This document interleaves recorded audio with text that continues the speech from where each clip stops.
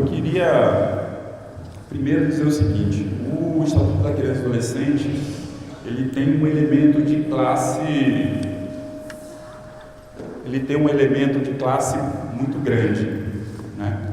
Porque a gente estava vivendo um momento, né, de ascenso da classe trabalhadora, um ascenso, portanto, né, a gente tinha uma fissura, né, no projeto de Estado burguês, pela fragilidade. A década de 80, né, era a década perdida, considerada perdida, porque teve vários ajustes em decorrência de toda a crise que o capitalismo vinha sofrendo.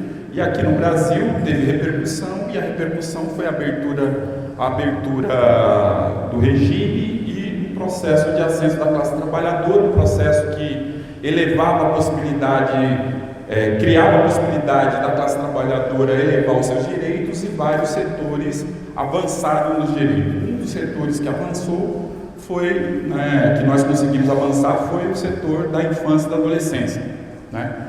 Então, os filhos dos trabalhadores que eram de categoria diferente, eram os de menor, né, e o filho do burguês que já era criança ou adolescente, a gente universaliza, né, esse conceito, e universaliza o conceito dando as garantias, né, para que este conceito ele se efetivasse, né?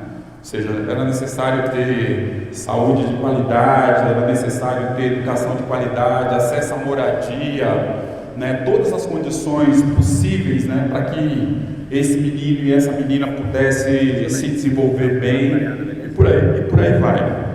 Bom, gente, eu acho que tem um elemento muito importante, né, para a gente entender essa burguesia, o quanto que ela é perversa. Bom, primeira coisa que o Estatuto da Criança e Adolescente tenta fazer um reparo histórico, né, com os filhos da classe trabalhadora, porque, né, o reparo histórico é que as crianças e adolescentes eram tratados como caso de justiça e caso de polícia. Aí, eu imagino que todos aqui sejam iniciados, já leram um monte de gente, como Roberto da Silva e outros que falam muito melhor desse processo de criminalização e jurisdicionalização da infância e da adolescência no Brasil, e da infância e da adolescência pobre. É importante que a gente nunca retire das nossas análises o elemento de classe que está colocado no processo de criminalização que existe nesse país. A gente retirar isso, a gente retirar a possibilidade de compreender, né, o que tem sido o capitalismo nesse momento no Brasil.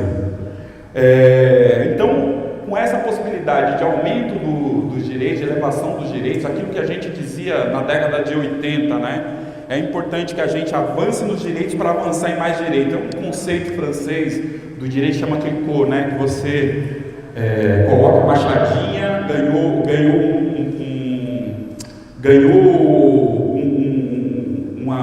conquistou um espaço na montanha, você sobe ali, coloca outra machadinha e vai subindo e vai levando. Bom, o que aconteceu logo de início foi, por exemplo, o Sarney na TV, um mês antes de aprovação da Constituição Federal, dizer o seguinte: essa Constituição que eleva direitos dos trabalhadores, ela vai inviabilizar o país, né? E aí, dentro da própria Constituição, já se colocou a possibilidade de 5 anos depois de aprovada a Constituição, fazer a revisão constitucional. Ou seja, você precisava de uma geração, né, para validar ou não aqueles direitos, e 5 anos depois você já estava fazendo a revisão constitucional. Isso é uma coisa absurda. Logo em seguida a gente conseguiu detalhar como é que seriam esses direitos dos meninos e das meninas, né, em 1990. E logo depois, vejam só que coisa interessante. Em 1993, em decorrência de uma rebelião que teve aqui em São Paulo, na unidade do Tatuapé, onde estava a sede da FEBEM, né, que tinha vários negócios, né, com o Dersa, com o Banezer. Vocês precisam ver o que é isso, Dersa e Banezer, que era por onde passava toda a corrupção do governo Quércia. Aquela unidade, principalmente a sede, foi queimada, onde estavam todos os papéis, né, da Dersa. E aí o que acontece? O parlamentar diz o seguinte: olha, esses meninos não podem ter a idade com 18 anos, tem que reduzir para 16 anos. Aí ele apresentou essa PEC sugestiva com o número 171. né? Então, ou seja, né, os crimes cometidos pelo Estado burguês, os crimes cometidos pela burguesia, né, quem paga são os filhos dos trabalhadores. É esse recado que foi dado naquele momento, né? E aí a gente entra num processo de muito embate durante esse período. Embate pesado, embate inclusive com quem diz que é defensor de direitos de criança e adolescente. Já no fim da década de 90, né, a gente defendia que o Estatuto da Criança e Adolescente era auto-aplicado, porque tinha um problema aí, né? É difícil compreender que uma lei que garante direito, né, ela retira o direito. As medidas socioeducativas é uma excrescência dentro do Estatuto da Criança e Adolescente. É muito interessante como é que a gente vê os direitos da criança e adolescente aqui no Brasil. Lá no Japão, a idade para a responsabilidade penal era 16 anos. Os japoneses perceberam o aumento da criminalidade dos jovens.